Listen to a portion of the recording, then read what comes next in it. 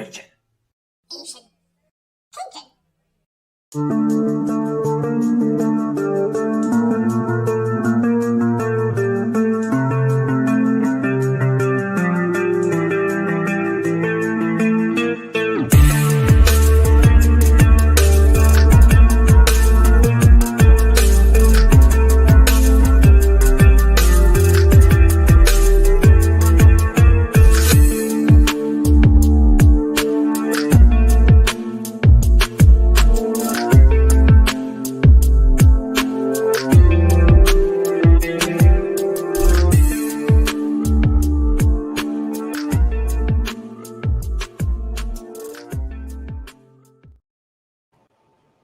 Good evening, everybody. Welcome to RAGIN. I am Meredith Loughran, and my co-host Nita Lanning is handling things. A little cryptic about that, but I will let her share that on her social media when she is up and ready to do so. In the meantime, you know who I have? I have Rob Multari here, and he has got an amazing Kickstarter right now, Nightwolf 1 through 5. Urban fantasy werewolf coming of age drama. What? And I have you all to myself. Ooh. Let me tell my wife. Or she might be watching, I don't know. Right. Hello.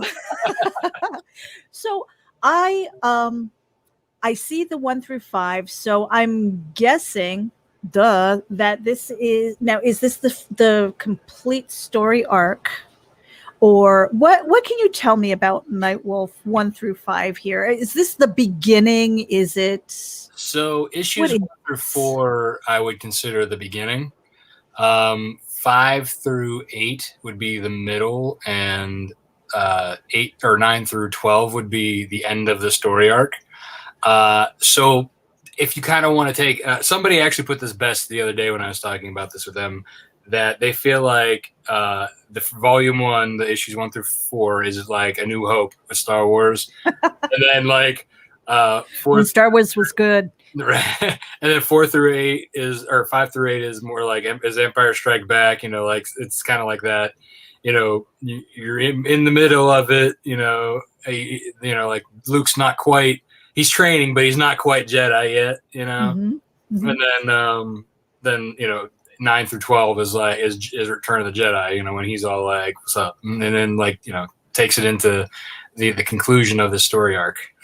So that is a lot of writing. Can you? I love the creative journey. Can you tell us where this came from? What was your inspiration for Nightwolf? Because you know, you've got some super fans who are like, "This is the best werewolf story ever." You know, and the fact that you don't portray werewolves, all of them, as terrible, which is often how we see them portrayed, whether it's in movies and books and stuff like that. So, like, where did that all come from? Well, I think a lot of it was like, so I've always been a big fan of like werewolves and like, you know, wolves are my favorite animal, and I love dogs, you know, huskies, you know, I would love to have one, but my wife thinks that, you know, they're too hairy, and so we have chihuahuas and we have a bulldog. Wait a minute, from a husky to a chihuahua. I know. I'm like, okay. But no, I wouldn't trade my dogs for anything. So but yeah, so you know, for me, like I've always had that, like the aesthetic look of wolves and like that style look of dog, especially timber wolves, have always been my favorite. And hey, Trish. Hey, Trish.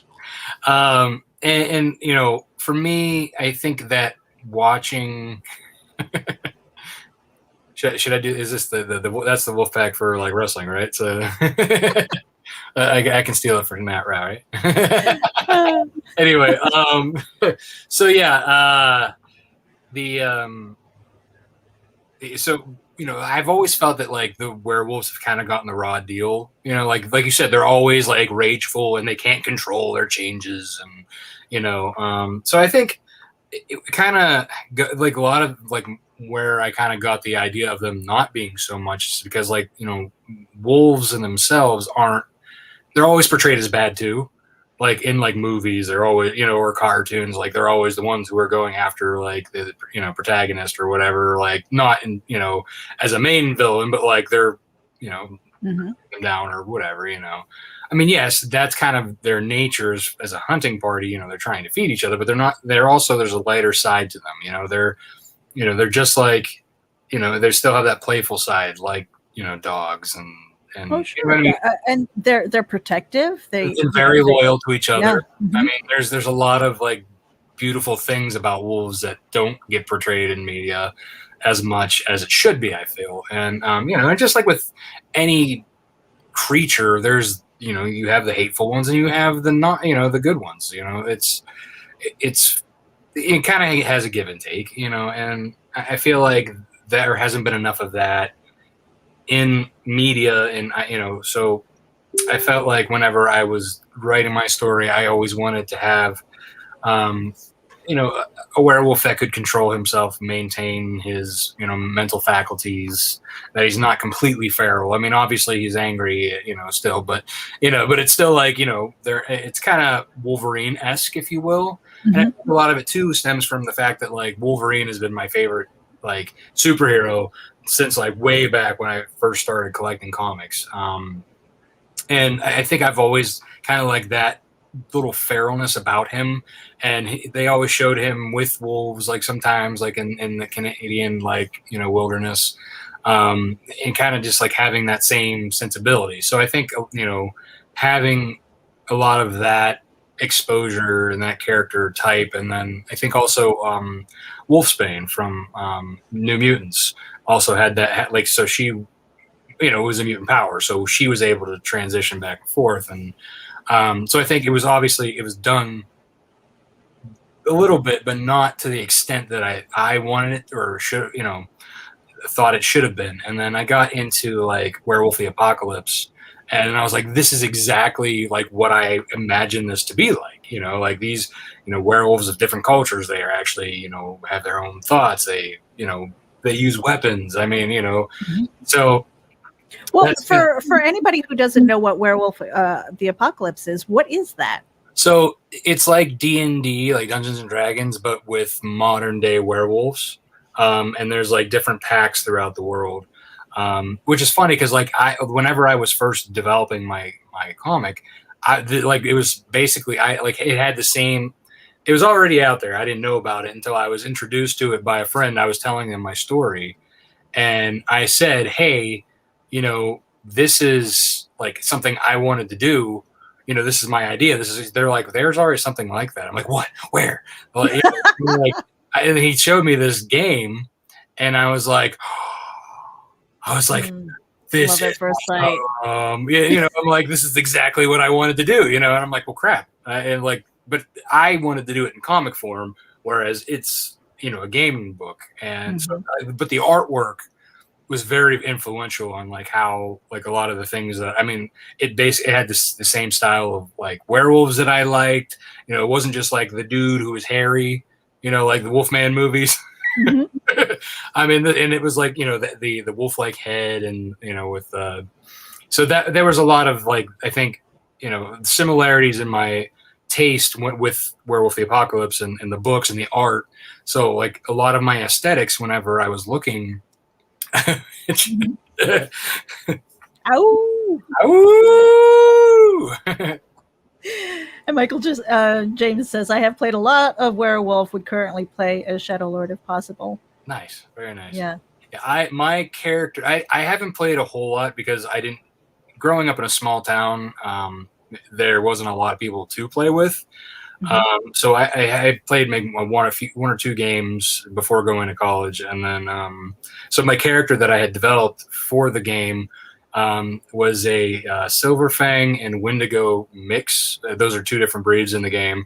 And I guess because he was a hybrid, that I had to like pick and choose like some kind of a birth defect, I guess, for him. And one of the options was to have ram horns. So he was a wolf with ram horns, and which is funny because my initials spell out ram, So Oh my like, gosh. so I was like, that's awesome, and it was perfect for me as my character in Wow. the game, Um, so I just ran with it, and like I said, I played a couple times, and but that was mostly it. But I still collected like the books just because I love the artwork. I mean, for me, that was more so what I enjoyed was the art in the book, and I thought I was like, why? It even solidified more my idea of I should do this as a comic book. Like like I said, it was similar ideas, but I always thought I was like, man, I should approach White Wolf, who's the developers of the game. I should approach them and see if I can make a comic myself, but I'm sure the IP cost for that's just Oh, insane. sure. So again, and it kind of went back to like when I first started doing writing was it was fan fiction for X-Men, and a lot of the characters in my story were originally for a different story that I wrote through in the X-Men universe. And then when I submitted it I was 13, I was in 7th grade, and I submitted it to Marvel, and they sent me a very kind rejection letter. Oh, you got a kind rejection I got letter. one. Yeah, no, yeah, I got one. It's because I wrote it to Stanley, and of course it wasn't from Stan. It said, "Oh, Stan likes to hear from his fans, and we encourage you to keep up your writing. We can't use any of your story because we have our storylines years out in advance, and blah blah blah blah blah." But they, again, it was one of those. It was encouraging. Probably because being a 13-year-old, they probably didn't want to just squash my dreams right then, right? So, but I took that as like, oh, that got something valid here, right? So I was like, all right, well, you know what? They already got their stuff going on. I'm gonna just turn around and make my own, right? So that from then on is when, and I had my own like other stories that I've even kept to the side that I'm still hanging on to. That were my own, but like I took a lot of those like reworked X-Men ones and kind of twisted them into my own world to kind of carry out the story. And so so the story totally evolved and totally changed from that point. And the characters' development like completely changed, but they each have like their origin in that fan fiction. Sure. Now, because I'm curious now, because with the development of this, the way you're talking, there's longevity here. I mean, you've been living with with this story arc for a while. Mm-hmm. So it's not like, hey, I've got 1 through 5 here, and it's just you're hammering it out. There's been years of thought. Yeah. So for me, like it's always been writing this particular story. This issues 1 through 12 has been. It started out. I was a junior in high school when I officially put the first draft together for the first couple issues. Like I didn't get as far as issue 12, obviously, but I had the makings of the beginning of the story, and from then it was like between like playing sports and going out with friends and like applying for college and all that stuff. And I would spend a lot of time like on vacations with my family, like because I have 2 older sisters and then there's me. So can you imagine like those 2 are off doing their thing and then there's me. So I was the one with the headphones and the comic book, while we were sitting on like a bus ride or a car ride or a plane ride, or while we're alone in our hotel room. I had a lot of time to read and do a lot of mental reflection. So I would write down in a journal, like so that was a lot of time spent doing that in my free spare time, and it kind of carried over into my college years. I was in a band from the end of high school all the way through the end of college, so that was another thing, is like I had so much going on. It was like I wrote and I drew my character designs in whatever spare time I could get, and that also translated into my adult years, because now that I have a wife and kids, that's how I still work. It's whenever I have a moment to myself, or I get up, and now it's a little bit more regimented. Because I don't I'm not able to do like stuff on vacations or whatever like I had done like when I was younger. So now I'll get up earlier in the morning and work on some, or if I'm like in the middle of like a break at work or the end, after everybody's asleep, like I'll do some stuff. Or if I'm laying in bed, like in the middle of the night, if I can't sleep, I'm on my phone typing on something, So I still work that way in a manner of speaking, but yet like I said, this book, particularly the series, has grown up with me and has evolved as I've gotten older, and it's matured with me. So for me, it's I have a kinship with it because it's not just my baby. I mean, it's been a part of me the majority of my life. Mm-hmm. And I think, like I said, I have a couple other titles that I've been hanging on to that are right there, but that haven't been giving as much love yet. Oh yeah. And then and now I'm writing a spin-off series for Nightwolf for my female werewolf Snow Paw for her origin story. It's almost turned into like this, how like Rogue One was an entire movie based off of one conversation. Mm-hmm. That's basically what Snow Paw was a single conversation. Oh, and it just that like, yeah, I mean, it was like literally like a few sentences became this idea. And so like the first issue for me was easy. It was like I had the beginning, I had the end. I just needed to fill in that middle part. And that writing that book was last year. It was 2020. That was when I didn't even, that I finished that book faster than I finished any other script that I've done. But obviously that was just issue 1. I still have, more to go with that. But the fact that like I was able to do, it wasn't just like, years of thought like I had with Nightwolf, like planning out.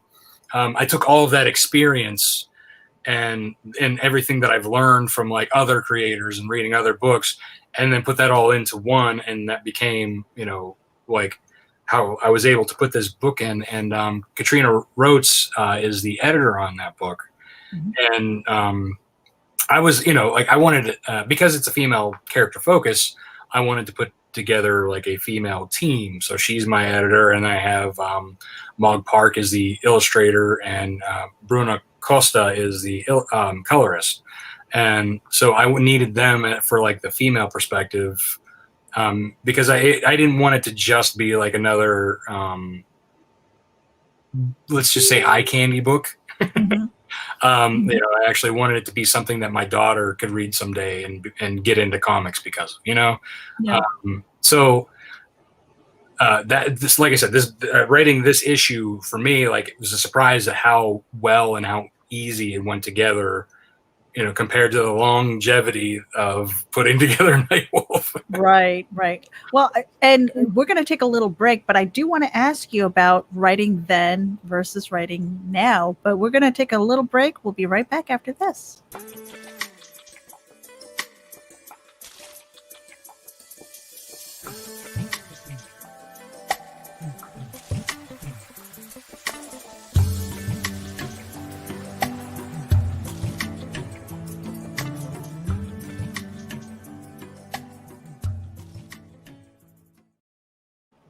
All right, you guys, make sure that you tune in for the launch party on June 11th at 12 noon Eastern, 11 a.m. Central. That is right here for Life on Korra, Inner Talents with Mike Jimmy. And while we're having the launch party, you get an opportunity to get that print with the dudes snorkeling. You need that in your life. You absolutely need that in your life. So make sure that you tune in and subscribe to our YouTube channel. And while you are tuning in, make sure that you head over to GeminiMailers.com, I believe that is, for a 10% discount on your Gemini mailers. You want to use coupon code VOLT10. Thank you, Indie Volt, for that.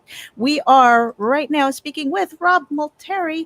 He is the writer and letterer, which I think is crazy because I've tried it and I can't stand lettering. But that is for Nightwolf.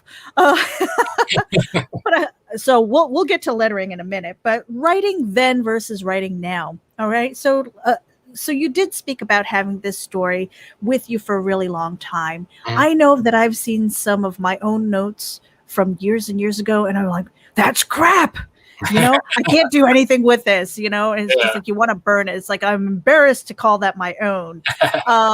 What was that like for you? How has this grown with you? Yeah. So, there's a lot of like juvenile stuff in it. Like whenever I first started writing it, and the fact that like I was a 17-year-old all the way through, like, from then to college, putting this together, there was a time like I've learned that it's best to just write and go and then get to the finish line and then go back and change it. Because a lot of the problem there was a lot of starting and stopping, because I would actually, so when I first started writing this book, there was a lot of like, I got this far. Now I'm like, oh, I'm going to change this back here now because I made something better up here, so it was like, Editing to death. oh yeah. I mean, that's just it. Like for me too, before, like, I didn't have an artist, and I knew I didn't want to do it all myself because, one, I mean, I'm an okay artist, but I'm not quality for the way I want the story to be told. You know what I mean? Like, I'm more of like a fill animation guy for, like, more of the 80s cartoons. You know what I mean? Like, that's kind of like what mine look like. So like, whereas I wanted this to be like up to par with the art that I grew up with, that I liked seeing. I wanted to be a fan of it too. You know what I mean? And so, like, again, I had all that time in between, and I didn't actually have a finalized issues 1 through 12 scripting until 2013. And then I had my editor, Ryan Ratuna, do a lot of the fine tuning, looking through and then telling me his thoughts on what may have or may not have needed to be changed. There was a little bit of back and forth, of course, like I wanted to make sure that certain things were kept in there just because there was a reason and pacing. But other things, just a matter of like, maybe like some of the past, using a little bit more vocabulary that when I was younger may have stayed in there that I didn't update, until, like, stuff like that. So it's stuff I learned along the line and thought, oh yeah, that made sense, and just like I said, in general, like, I think, as I was doing this, it was all a learning process, and I knew what I liked when I was doing it and what I didn't. And so I think I applied a lot of that to now with Snow Paw, that, I did a lot more, because the Snow Paw takes place in the 19th century.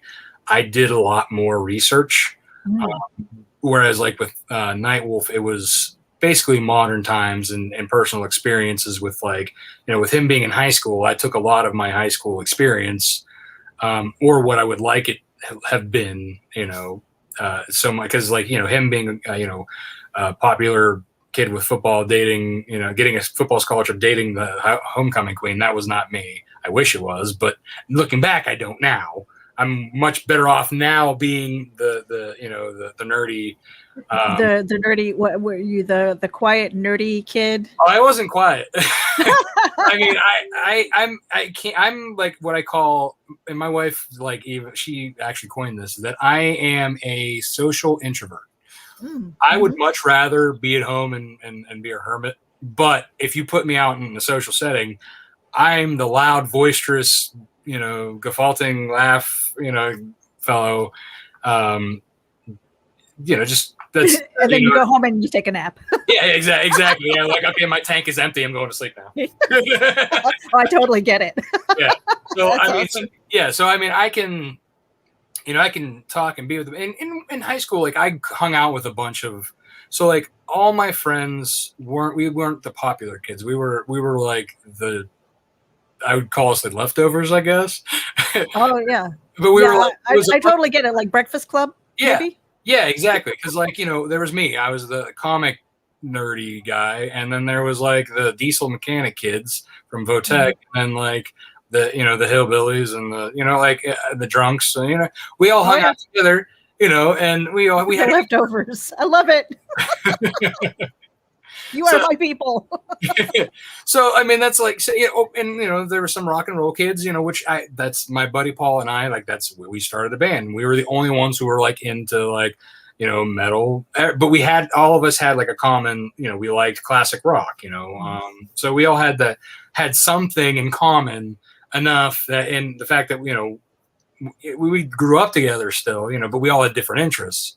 So for me, like, I never really had anyone with like a comic book interest as a friend growing up, so when I found like similar people like-minded, it was like, they do exist. That's amazing. Now, so writing, okay, I'm guessing with the band and everything, you probably did your own lyrics and things, Yep. maybe poetry. We were talking a little bit before we went live, like short stories versus, like longer prose and things like that. At what point did you, I mean, was it always comic books in your head? Yeah, so I think, like, I've always, I think since I was 13, ironically, it was while I was in class and we were reading Where the Red Fern Grows. And it was the writer, it basically was a kind of like an autobiography in a way. But, he wrote about his childhood and like things that happened. And I was like, I was like, a writer actually, I'm like, I guess it clicked to me, like, it just wasn't some, it wasn't like, when you read like Charles Dickens and the classics, you think, oh, well, these are dead guys who you read their books that are existing now.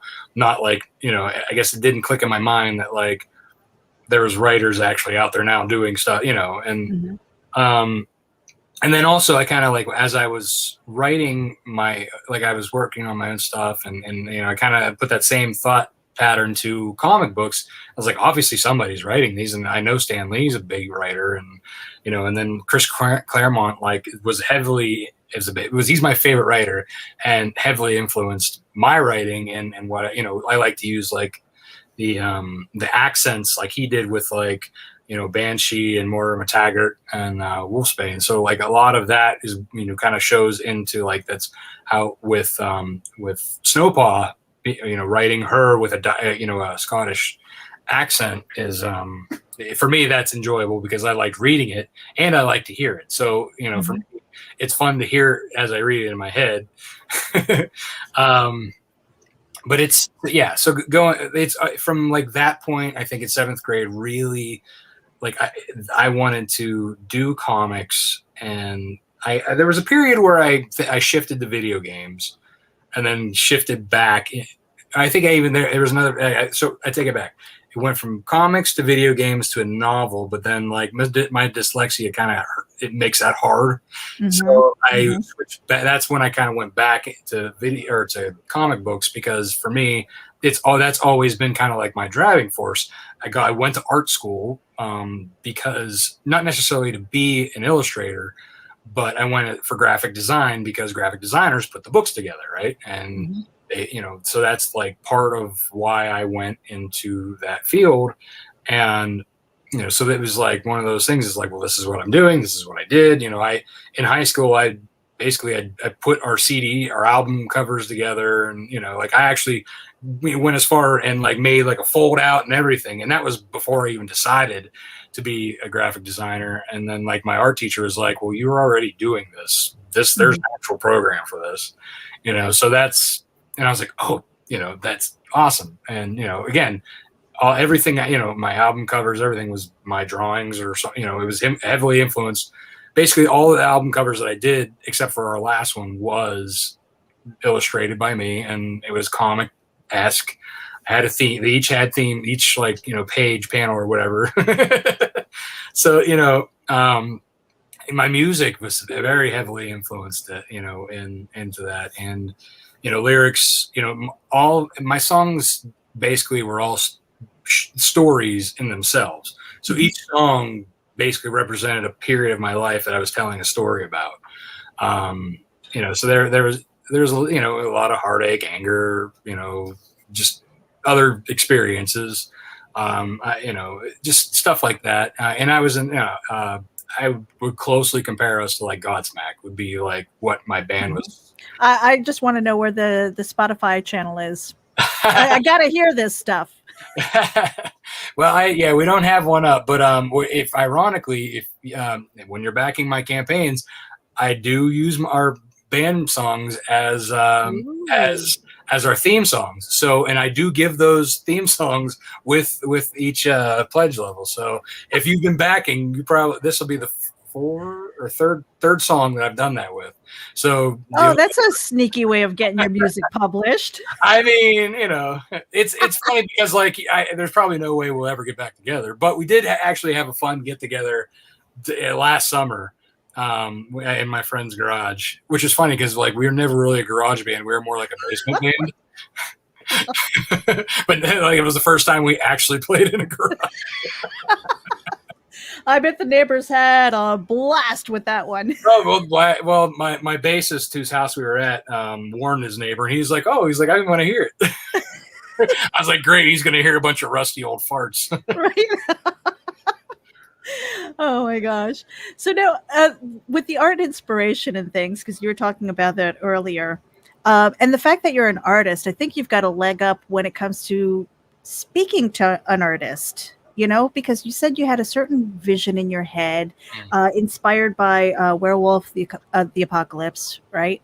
Mm-hmm. And so what was that journey like? Because, I mean, it must have been, I don't know how hard it was for you to say, no, I don't have the skill to really do this story justice. I need to find an artist. What was that journey like for you? Because there are a lot of writers who are seeking that perfect marriage to bring their creation to life. So for me, like, I definitely, when I haven't really done a whole lot of illustrating lately, but like up until the point where I kind of handed off the character designs to Carlos, I improved obviously through the years and going through college and, doing the gesture drawings and all the stuff. I did art classes, I did the human anatomy classes and stuff like that. So, I mean, I have a formal training. I just did, in my mind, it takes me longer to get something that I'm happy with. So like it didn't make sense time wise for me to do the book. Mm-hmm. And I've always known that I'm a better storyteller than I am an artist. But I do have a very vivid imagination and a clear picture of what it is in my head. I just wish that I could quickly put it into my finger and onto the paper. Mm-hmm. But knowing that was where I was struggling the most with out of the two, I figured, I have the story I want to tell. I definitely don't have the time to do it myself. So it was an easy decision for me, but I also wanted to be as well prepared for the artist to make it as easy as possible to transition. So that, I had my character designs that I did myself. Obviously not as detailed and as good looking as Carlos's, but the outfits basically had their, it was the same kind of like idea, like my vision, so I handed off to him. And, and that was again 2013 when I first finally he and I made an agreement. It took a while though to get to him. Mm-hmm. I actually through DeviantArt, I posted kind of like a job thing. I said, hey, I have X amount of money. I need this many character designs. I have my own versions, but I want you to make them your own and, run with it. And then I also I'm trying to put together a series. So, I mean, there was probably a good, 50 artists that were sending me examples and, so I was like, hey, do one character design of the main character and show me what your page, what a sequential page that you do, so I could see like how, because a lot of their, portfolios that they were sending was like, covers or pinups or, so I wasn't seeing what the sequential. Not so much. Yeah. Mm-hmm. Yeah. And I think too, for me, like most artists can do people well. They can do or buildings well, or sometimes both, backgrounds, whatever. But then a lot of them, I think there's some that do more just focusing on the characters and less so on the backgrounds. And then there's a whole nother struggle. Even if you're good with both of those, then doing werewolves isn't always as it isn't as good. It's hard to find somebody who can do people and werewolves. Mm-hmm. I've also found if you can do a gorgeous werewolf, people who sometimes do that focus too much on that and not enough. They're not well rounded enough to do people. So it was a hard find to find somebody who is able to do everything very well roundedly, mm-hmm. and to the extent that I needed them to do it. And I just, I almost was like giving up on DeviantArt and was going to move on. And then I saw Carlos had done a werewolf that I almost looked exactly how I wanted Nightwolf to look. And I messaged him through DeviantArt, and it took a little time for him to get back to me because the English is not his first language. He's from Chile. Mm-hmm. So eventually he got back to me. We got to kind of talking and kind of fuddling through the language barrier. and so then we, that's when we started working together. So again, for me, it was giving up the art part of it wasn't the hardest part. It was finding the artist, mm-hmm. And so that's kind of like where that all started. Yeah. So now we do have your campaign up here. 405 backers so far. 5 days to go. You went through past your goal and stuff like that. Are we okay to play your video? Yeah, sure. All right, awesome. Let's do that right now. Do you love stories about anti-heroes and supernatural beings like werewolves, vampires, demons, witches, zombies, and more? Then Nightwolf is the comic book series for you. Nightwolf's unique take on theology and mythology encompasses elements of horror, magic, fantasy in a modern setting. Hi, I'm Robert A. Multari, the creator and writer of Nightwolf, as well as the founder of Lone Wolf Comics. It's been my dream since I was a kid struggling with attention deficit disorder and dyslexia to be a comic book creator because comics have helped me learn to overcome my disability. Born into an outcast breed of werewolves known as the Monoki, 18-year-old Rodney Marcelli is reluctantly thrown into an ancient war between good and evil. With the help of Snow Paw, the Pureblood Monoki, Rod must learn to master his newly found lycanthropy and mysterious kinetic energy power that only he possesses. Rod must fight the Dark Covenant in order to avenge his friends and family and to save the girl he loves from the master vampire Lord Malice. Rodney Marcelli is Nightwolf. In April of 2016, I launched a failed Kickstarter campaign for Nightwolf issues 1 through 3. I played the game on hard, setting a $20,000 goal. However, I did manage to raise over $5,000, but Kickstarter is an all-or-nothing platform. I didn't let that failed launch stop me, so I decided to raise the money on my own by doing freelance web design jobs to pay the artists. After self-publishing Nightwolf issues 1 and 2, I came back to Kickstarter in October 2019. Since then, I've had 3 successfully overfunded campaigns for Nightwolf issues 3 and 4 and the Volume 1 trade paperback that collects all 4 issues. That's all thanks to my amazing backers that I refer to as my Wolf Pack. Currently, I have written 12 issues of Nightwolf, and I have published the first 4 issues in print and digital formats. Now, I stand ready to publish issue 5, which is 100% complete and is ready to send off to the printers. That's why I've come back to pay for the printing and the rewards that you will receive for backing this project. I'd like to personally thank you in advance for backing this project and joining the Wolfpack. I'm extremely grateful for where I am now as a self-publisher and continuing to serialize Nightwolf for you to enjoy. There is no risk in backing this project since the first 4 issues are published and already printed, and issue 5 is print ready. Again, thank you for taking this creative journey with me. I appreciate it so much. So what are you waiting for? Join the Wolfpack today. All right. Let me see. Let's finish that here.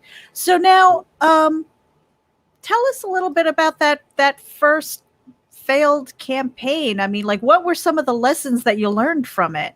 Oh, I learned a lot from that one. So, one, don't set your goal at 20,000.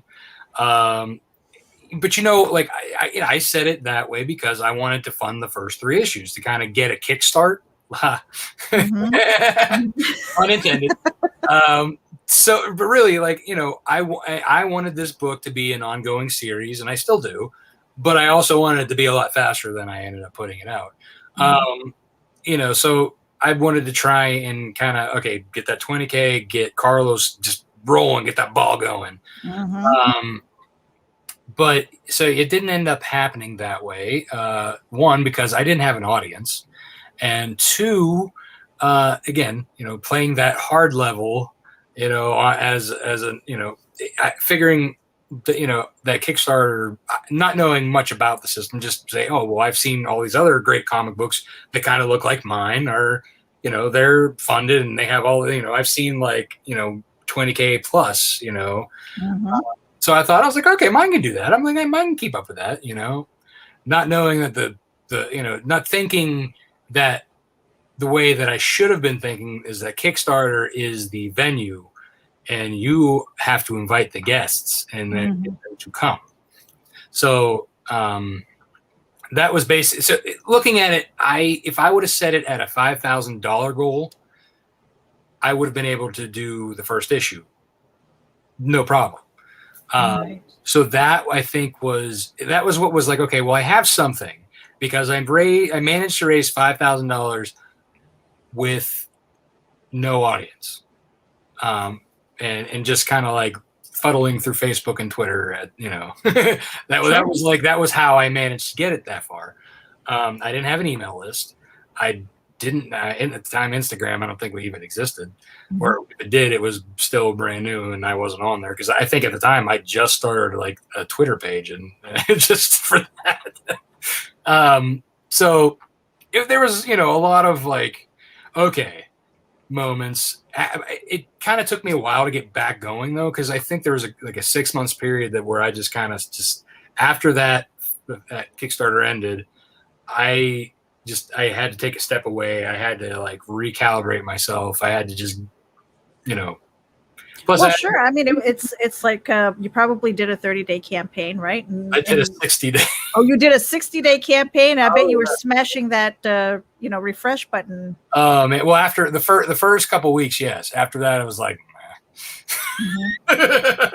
but again, that's a whole nother thing that I learned is don't do the 60-day. Because people also will be like, oh, that's still going on. Cool. I'll hang out with that. Unless you really have a lot of audience members. Like if you're, if you got maybe, over 1,000 backers that are going to come back and over that period of time. But even so, no, thank you. No, thank you. I mean, it's an emotional roller coaster as it is. And then when you have the, that period of time, it just not for me. You know what I mean? It just, I like the short ones.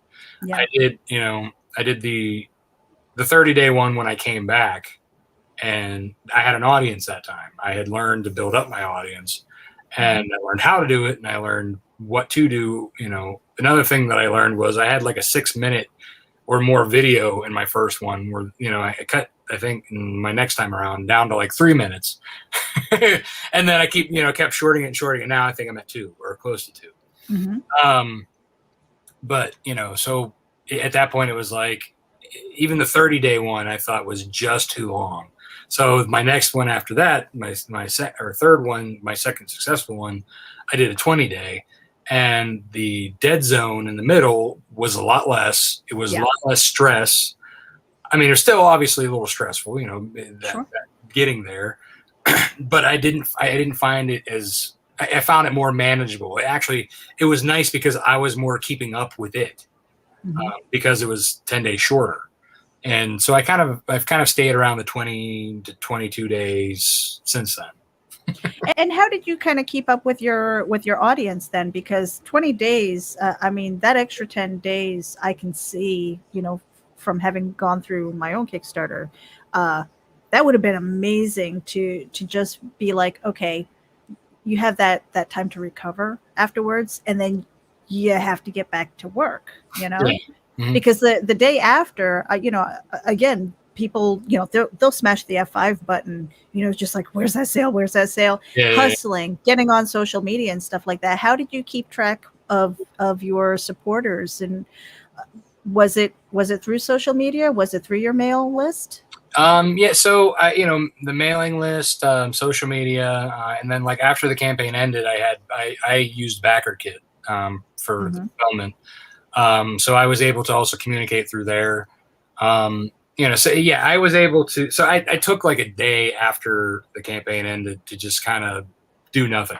I needed to like just, but also at the same sense, after the first successful one, I think I kind of took too long to kind of get back into doing stuff, because then it was like, it was like all that time of like build up and whatever, and then now it was like it's quiet. Right. It kind of got in my head a little bit, but after that, I kind of learned, I was like, you have more things to do. Get back to it. You got more stuff. You got filming you got to worry about. You got the next one to worry about. There's a cycle.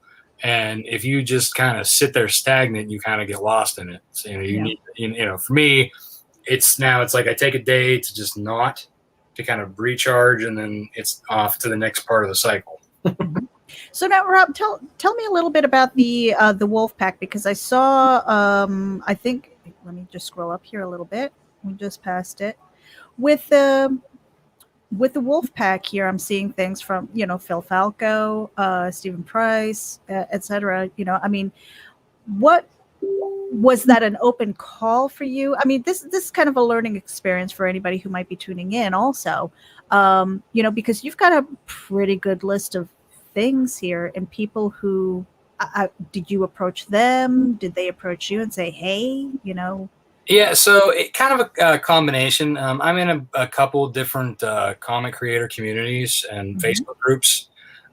So often, people will use each other's books for like, Facebook or Kickstarter rewards. And, like they'll throw it out in the thing, hey, you want to use mine if anybody has something similar or whatever they want to throw in, I'm doing this. There's also, I think Russell Multari put together like a catalog. If you donated your book, you're able to use others within that catalog. And then there was also the comics launch community. Same, it's kind of a similar situation. If you have a book in there and you're part of the community, you can ask to use it. But then there's the other groups, like Indie Comics Conspiracy Group. That's another good one, where if you just throw out a post and say, hey, anybody interested, kind of a situation. So it's nice because like then I'm not using the same books, and and I'm also lending my book to others to to help their campaign, but also broaden my audience a little bit and introduce people who I may not have gotten in contact with. Yeah. Now, so how do you, because I'm sure if you put a call out, it's pretty popular. How do you kind of weed it out then? Like I said, often it's if I've already used a book from somebody, then I'm like, oh, hey, thank you, I appreciate it. I've used your book last time. And that kind of helps. Nepotism. But then, so like. And then like new people, when they get, I try to like promote, whenever I try to get new books that my audience hasn't seen. Like I want to make sure that like if you've been backing me for the last 3 or 4, that you're not getting the same thing over and over. Yeah. And sometimes like there has been a couple cases where I did do a reuse, but it was like in a different situation. But for most part, like it's all new each time. I try to find people who are who've said, hey, you can use mine, and it's kind of like first come first serve to an extent as well, or if it fits this particular series. Like, I was gonna say if it was like more like a theme. Yeah. So I, for the most part, like actually, like for this one, first couple times it was more like monster or werewolf or whatever related. Then it went up to more like action, and then I think I kind of kept it there, like between like action and horror, just open ended. Maybe a little bit of sci-fi just because of the action side of it, but I typically try to keep it more of like a kind of a similar look and feel kind of a situation.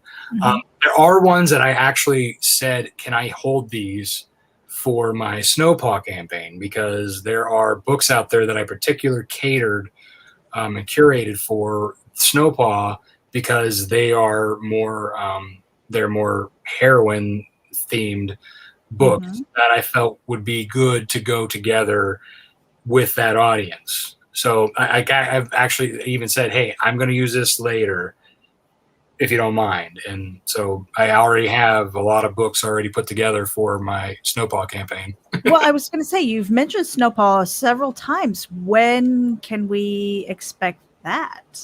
So we are in the middle of the book now as far as coloring. Illustrations probably about almost 2/3 done.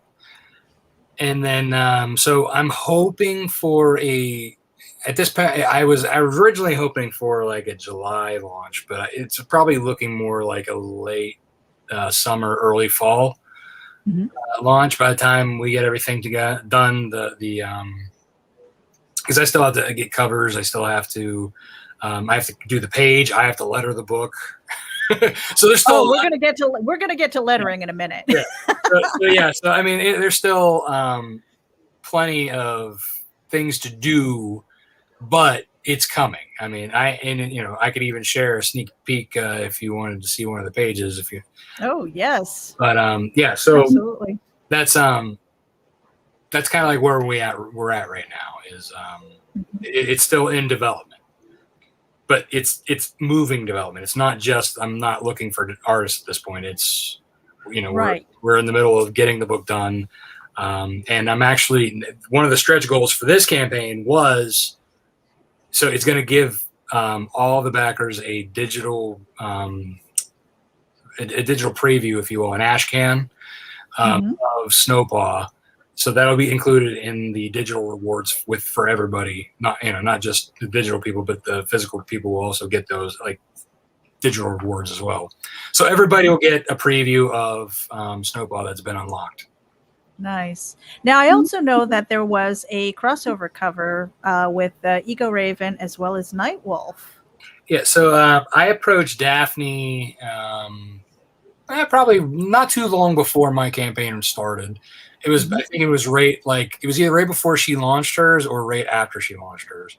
And I kind of thought it might have been a long shot because she, when you're running a campaign, you don't have time to do, Speaking of which, it's right here. Yes. So that print, I approached Daphne. I said, hey, she had done a print for me for my trade paperback in the book. And I liked it so much that, and I love her art. And she actually let me read the first issue of Ego Raven right before her first launch. So I got to read it first, and I gave her a quote for the Kickstarter. And so, I mean, I'm a fan of her art. I'm a fan of her. And so I approached her and I said, hey, I've done my last campaign. I did a couple crossover prints. Would you be interested in doing one? You do the art and then I'll get it printed and I'll send it out with my rewards.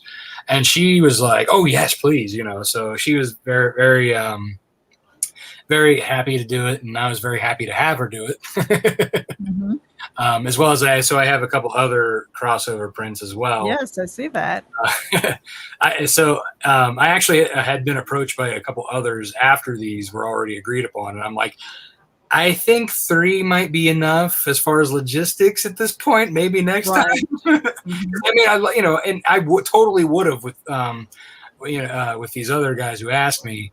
It just was too much. I had already committed to these other ones. Yeah. Yeah, I mean, there are a lot of people who, variant covers are kind of big, and so are prints and things like that. So it's, it must have been, was it cool or was it weird when somebody first approached you with their fan art? I think more cool.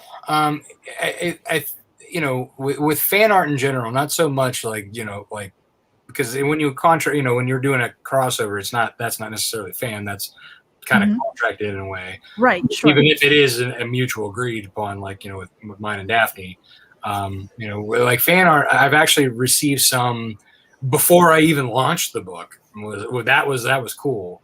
That was through DeviantArt because I would post my stuff, and then eventually I got to posting Carlos' stuff. So I actually had gotten some fan art through that means. Which was really cool because then it was oh well, people actually are resonating with the stuff, so it's a good feeling. Yeah. Now we're getting towards the end of our hour, and we're going to try and keep it as close to an hour as possible. But I did want to ask you about lettering because, I mentioned before the show that, I spent this last year kind of scripting out my own stories and stuff. But on two of my stories, I tried lettering. I hate it. I love it and I hate it. I kind of want to hear how you feel about that. I mean, for me, it was monetary, but I also like the idea of being able to tweak things because Nita, who is not here right now, she and I would be sitting in a room, all right, and she's like, "You don't need it, cut it," and I was like, "Oh, I don't like you're slicing my words." But being the last person, because you're the writer, you can kind of tweak things to the art as well. Love it, hate it. How do you feel about that? So if I like doing it, I like having the last say in what goes in and what doesn't. So I kind of do use it as a final editing, if you will. Like you said, it kind of sometimes, like once the art's done, it kind of changes, not just placement, but sometimes you have to cut out stuff because it doesn't fit, or it gives you a second to kind of look back and be like, okay, well, this is almost a little too much. I can make this simpler, but still, like, so again, like, after, those scripts were finalized, like a little bit of time has passed. So I could also too be like, now knowing more about, what I think knowing a little more of what I'm doing. I'm also, like if I could go back and redo the first issue, I probably would cut a lot of like the dialogue in like the teenager scenes, especially the ones where all the word bubbles are crap in there. Right. You needed Anita. Well, but here's the thing though, is like, it just, the problem with like that, I didn't want that scene to drag out. I originally had it like as more pages, but I felt that I wanted to get to a certain point in the book for that cliffhanger at the end of issue 1, that I had to have that. So I needed to cut space but I didn't want to lose that scene entirely, because it's that scene that sets up his friends, his relationships. It's basically that you feel the high school relationship that you had with your friends, and the stuff that kind of gets you to like these characters so that you can have your red wedding later. Sure. Oh yeah. I think that's so important too, because it gives that emotional bond to people. It's like, yeah, I get this person. I understand how he's talking, and you find that connection with a lot of the characters because of that, and it's really important. But yeah, the lettering, that the first time, how long did it take you? How long did you? Well, that's the thing. Like, so with like there was no deadline. I mean, for me, it was like I needed it ASAP because I wanted to do it ASAP. Right. But Carlos would put it out as, I mean, he would, between working and other things, and that kind of got to the point where he actually left in the middle of the book because he got picked up by, like, it wasn't Magic the Gathering, but it was some other card game, where he was getting paid a lot better, and didn't have time. So it was, we both agreed, okay, because he said it wasn't fair to me that he was taking so long, and it wasn't fair to him that I was pressuring him, because, like, it would be like weeks before I'd get a page, and he was doing both the coloring, or the illustration, and the coloring for the book at the time. So that kind of learned from me. So I had to, that's when I picked up Oscar from Bookman Studios, and so that I made sure that he was just the illustrator, and I hired another artist for coloring. It made the process a lot faster, so that it would be a little more streamlined. So the book, so for me to letter a page, it definitely took longer than it probably should have if I would have hired a professional. But for me, it was also a learning, and I had time to do it. Because I was waiting for other pages, I was like, all right, well, I'm waiting, I might as well play around with this. And I kind of found my own process. Since I am a graphic designer, I it wasn't like I was just a noob starting out. You know what I mean? Like I knew how to put books together in InDesign. I use Illustrator and Photoshop daily. I mean, literally, like that's my job. And so for me, it was just a matter of, finding my style, my way of putting the books together and how to do it streamlined and do it faster. And I think, after 5 issues, I've kind of gotten to, I think, the point where I'm, able to do it rather quickly. As a matter of fact, like I don't like to start a Kickstarter until the book's 100% finished, and that includes my illustrate or lettering. Mm-hmm.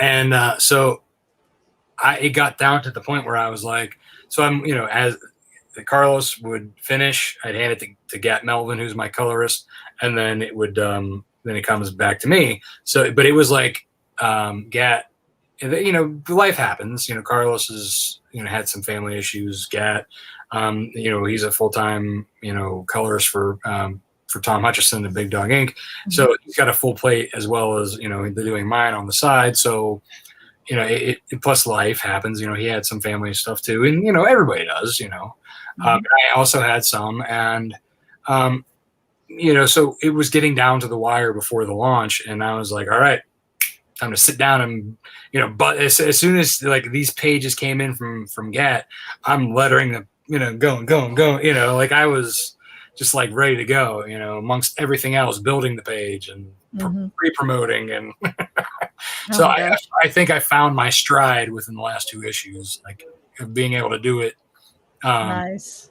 So, but yeah, is it something that you think that you would continue doing, or is that something like, no, I'm just going to leave that to somebody else? Depends on, I think, for me, again, I like having that last, control of the story. So I think that's mostly the reason that even if I had money and it would save me time, I probably would still do it. I'm right there with you, I think. Yeah. I liked that. Like, and there's more so, I think, with Nightwolf. I think with Snow Paw, I might be more willing to hand that one over, but I guess that one really depends on budgetary setup. Because I think that one is more polished already because of being fresh and new. Whereas like, with Nightwolf, like as I'm lettering it, there's things where I'm like, let's tweak this a little bit. Right. You know what I mean? Because I want to make sure that the story, it's a little bit becomes a little more timeless than what like there was like some one-liners in issue 5 between like Snow Paw and Rodney, who was Nightwolf. I had that he was he had a lot of pop culture wit that he was throwing out at her, but I felt like some of it was unnecessary at that point, and I'm like, well, and I feel like my crossing lines here. There was one line that I kept in there for sure because I felt like it was a little bit more of a timeless. Everybody knows what that is, no matter where you are. You're between like elementary school till you're in your 60s. I mean, everybody knows this pop culture reference. Right. So there's stuff like that I felt like it was a little unnecessary that I just totally cut out, and then kind of like realigned it a little bit because I wanted to show in this issue how their relationship develops, from not knowing each other from nothing to like having to spend all this time training together, and before moving on to, the next step, if you will. The Death Star, I guess, would be the. Yeah. So they're having their Yoda Luke moments.